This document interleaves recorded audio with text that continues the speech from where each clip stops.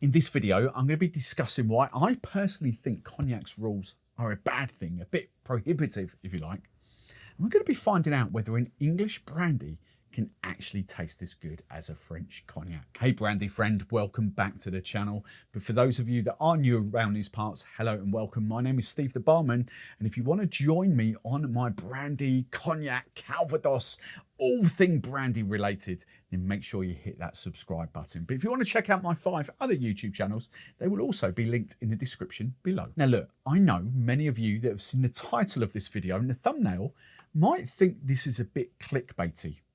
But I actually stand by it. I do believe that in this day and age, Cognac's rules are a bit limiting. Now look, I'm going to give you the counter argument here for a second, because look, any brandy fan generally does love cognac. I cannot deny that. Cognac has the quality. Cognac is phenomenal. Whether you're at the VS level, whether you're at the XO level, it is really tasty liquid. And it is those rules and regulations that guarantee that really tasty, high quality liquid. However, in my opinion, these days, I also think rules can be a little bit restrictive. They stop brands growing. They stop brands going off in different directions. For example, I remember a few years ago when Martell released one of their brandies. We have to call it brand. Well, actually, we had to call it an eau de vie. They released one of their brandies and that had been aged in ex-bourbon barrel. They could not legally call it cognac. And yet it was that cognac liquid that it was in the bottle. It had just been aged in whiskey barrels. And look, I say this a lot on my rum channels. There is a whole new breed of distillers out there across every single spirit category. With the internet, these guys have got way more access to knowledge than the distillers of yesteryear. They've got access to better ingredients from years ago. They've got access to way more barrels, not to mention different barrels to age their spirits in. And that's without talking about the people that are inventing and creating new stills to get the very most out of fermentation and distillation.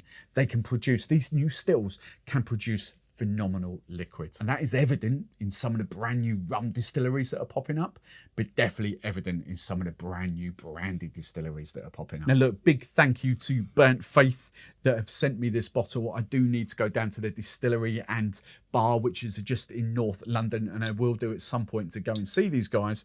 I've had a good taste of this, and so far I'm really enjoying it. But my whole sentiments are echoed by Burnt Faith themselves. Their whole backstory of why they started is what I've just talked about. After they had a trip to cognac, they came away thinking, why on earth would you limit yourself to just 3 or 4 types of grapes when there is a whole world of different grape varieties out there? And then why would you limit yourself to the oak from just 2 of the French forests? I mean, these questions are absolutely justified. If any spirit category is going to grow and evolve, then you do need change. Now, of course, we come back to the flip side of the argument, those traditionalists that don't like change. To those guys, you know, those constraints, those restrictions are a good thing. And I'm not going to poo-poo that at all in the slightest.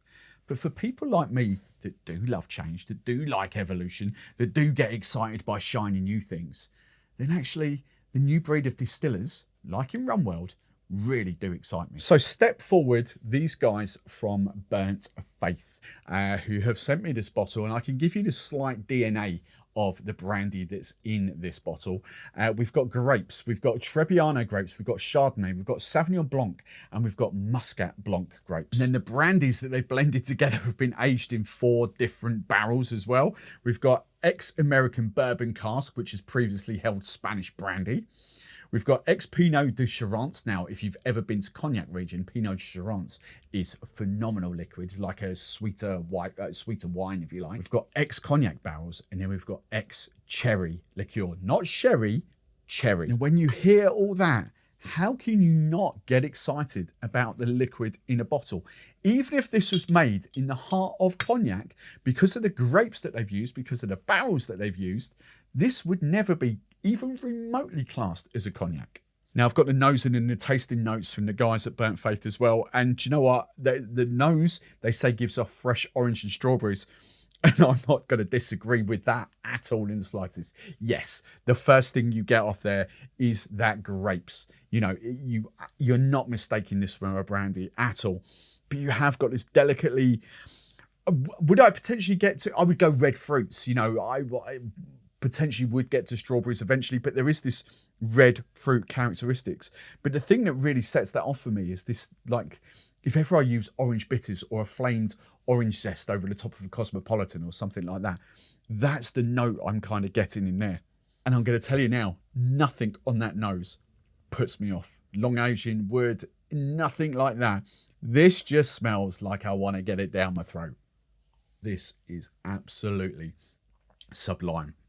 For me, even though they don't list it in their tasting notes, this for me is where those red fruits, possibly the strawberry, really comes out. Their tasting notes say caramel, buttery crumpets, and marmalade. And again, I can see where they're coming from, but I really get this juicy, red fruity, almost to the point of going cherry Coke. And another tasting. You know, this is absolutely delightful. I will say this whole neck pour phenomenon. This is now, I've had this bottle 5-6 weeks, and now now that I've had a bit out of it, it's tasting completely different to how the first sort of samples I did. But now 5-6 weeks in, I am absolutely loving this stuff. I mean, just the finish is just all over the place. I would probably even go, there's a chocolate bar we get probably in Europe as well, to be fair, but Green and Blacks. And they've got I would say kind of like fruit and nut chocolate bar, but Green and Blacks do a cherry with dark chocolate. And that's the kind of finish that I'm getting off this. I'm getting this kind of chocolatey cherry, but this real red fruit really does come and hit you. Now look, is this any better than French cognac? Some people will say yes. Some people will say no. No matter which way you fall, there is no right or wrong because it is personal opinion. But for me, that loves shiny new things and likes to support local, in this case British, in my smallish collection that I've got up behind me, I've got absolutely nothing that tastes like this. And could the cognac guys ever produce something like this? No. Simply, for them, it would be impossible. And that's why I do believe the rules and restrictions are potentially a bad thing, because as I say, yes, they do guarantee that quality and that consistency, but they don't allow for evolution. They don't allow for change. And when you've got liquids this good, change is always going to be a good thing.